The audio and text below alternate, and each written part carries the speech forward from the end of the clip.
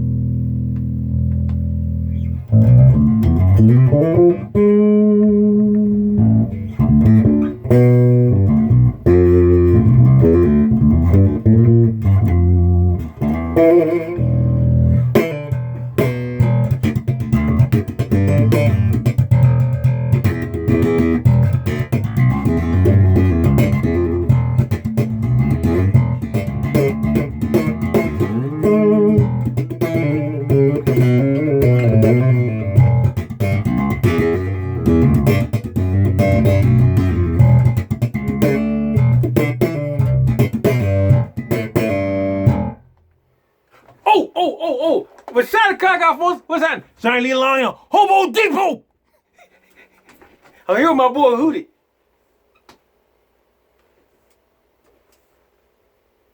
Oh, I'm sorry. See, I'm gonna make an excuse for Hootie, cause you're looking stupid right now, man. You're looking stupid, but I'm gonna make an excuse for Hootie. All right, here's the excuse. All right, he got the mask on because it's so funky in here. He got the glasses on because there's so much focus in here making his eyes water. I don't know. I'm just making up stuff. All right, so today, all right, you just stand back there and look crazy. All right, so today, folks, we're going to talk about how the old school can make you better on your new school. All right. A lot of times we get to the point where the new school takes over the old school. And what do you mean? That's what it means. Oh no, what it means is that we take our old school stuff. This is old school, and we set it in the corner on the side, and we don't play it anymore because the new school has, more hypeness and more clarity. Plays a lot quicker, a lot harder. It's the bottom end is a lot more bloodier, and the top end will cut people's heads off. And that's what we're looking for, head cutters. We're looking for things to cut people's heads off. All right, which is cool and is good, and the old school has a tendency to have some weight on it because that's what made it old school. What made it amazing. Okay, so let's get back to it. All right, so anyway, so today I'm gonna talk about how this bass, which is absolutely passive, it's got the front pickup, rear pickup, and then bass and treble. All right, and how can this bass, if you go back to your old bass, how can it make you a better player? All right, so can y'all see me? All right, so let's move the camera just a little bit down. All right, so how can it make you a better player? Easy. Your old school doesn't play as well as your new school. So that means that you have to change your style a little bit to adapt to that playing style of the old school, which is really cool. Because the new school will make you lazy. All right? I'm going to tell you why it makes you lazy. It makes you lazy because everything is so comfortable. Everything is it's right there on point. Everything is, you don't have to really try for anything. It's already there. It's quick, it's fast, it's on point, and it's microwavable. I say microwavable. That's not a word. Microwavable. Microwavable. No, I said microwavable. That's not a word, man. That's not even a word. All right, so anyway, see, that was funny to me. So going back to this will make you play a little differently. Why? Because the old stuff is not set up close. It won't set, a lot of it won't set close. It will if you take your time and you know what you're doing. It still doesn't play as quick as the new stuff plays. So what I usually do is go back to my old stuff, and which is non-actable. I said non-actable, which is non-actable, to get my ear cleared. All right, I have to get my tone of my ear back. In order to do that, I have to go back to my old school bass to do it. It makes me play differently, and you keep saying differently. What do you mean differently? I said differently at first. That's what I said at first. It makes you play differently because it's made differently. The new schools are made to be thinner and faster and sleeker, where the old school has chunks. And so if anything is chunky in your hand, then you're going to actually reposition your hand to play it differently.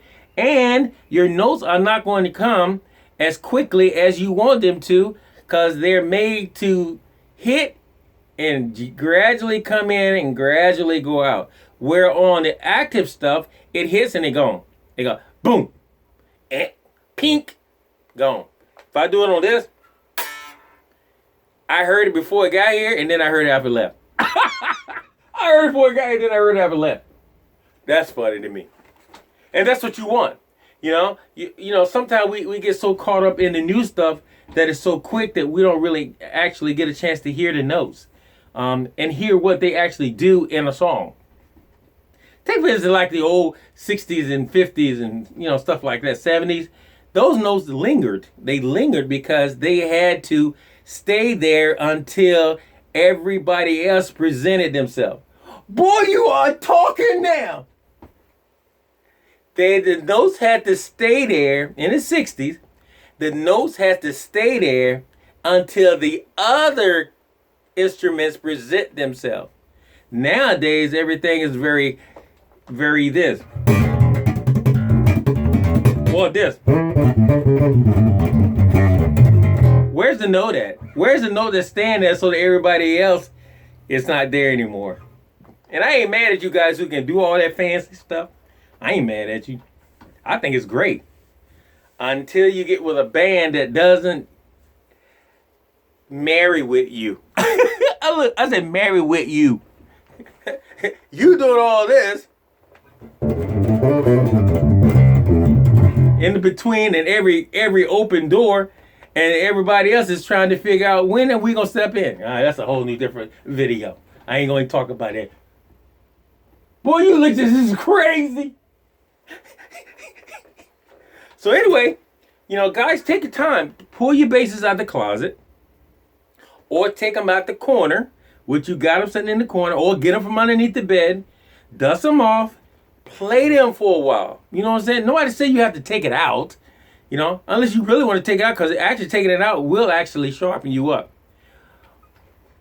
Old stones, man, they will sharpen you up. So I use them, you know, every other day or once a week, I'll pull out a passive older bass, you know, and actually start playing it because I want to hear what I'm missing.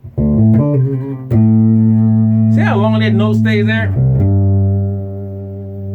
All right, it ain't crisp and gone and already done. I can go to another note that fast. She's staying there, and she presents herself before she even gets here, and then presents herself afterwards. You know, it's a concept in that, guys. It's a concept. I'm not saying that our new basses are not good. I'm not saying that. I'm saying get your old bass and is the word reinvent? Is that the word? Reinvent your ear to notes? Reinvent. Okay, I'm going to use that word, reinvent. So anyway, I'm going to stop the video here because there's no way he could breathe with all this stuff on. And I gotta go, man. But it was on my heart to say this, and so I just wanted to say this. Oh, while I'm on this subject too, on my heart thing, I want to say to all the survivors that survived 19. I talked to a brother today that survived 19. He, you know,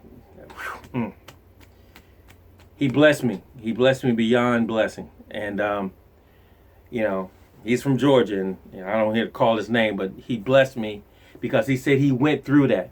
Guys, this thing is real, all right? It's real. I know a lot of us want to go out and get back out there and play. I know that, man. You know, I want to get out there and play, but I want to wait until it's right. You know what I'm saying? I want to wait till it's right. And then a lot of us, you really need a job to get out there and play. But do we need death after that too? I mean, come on, let's think about it.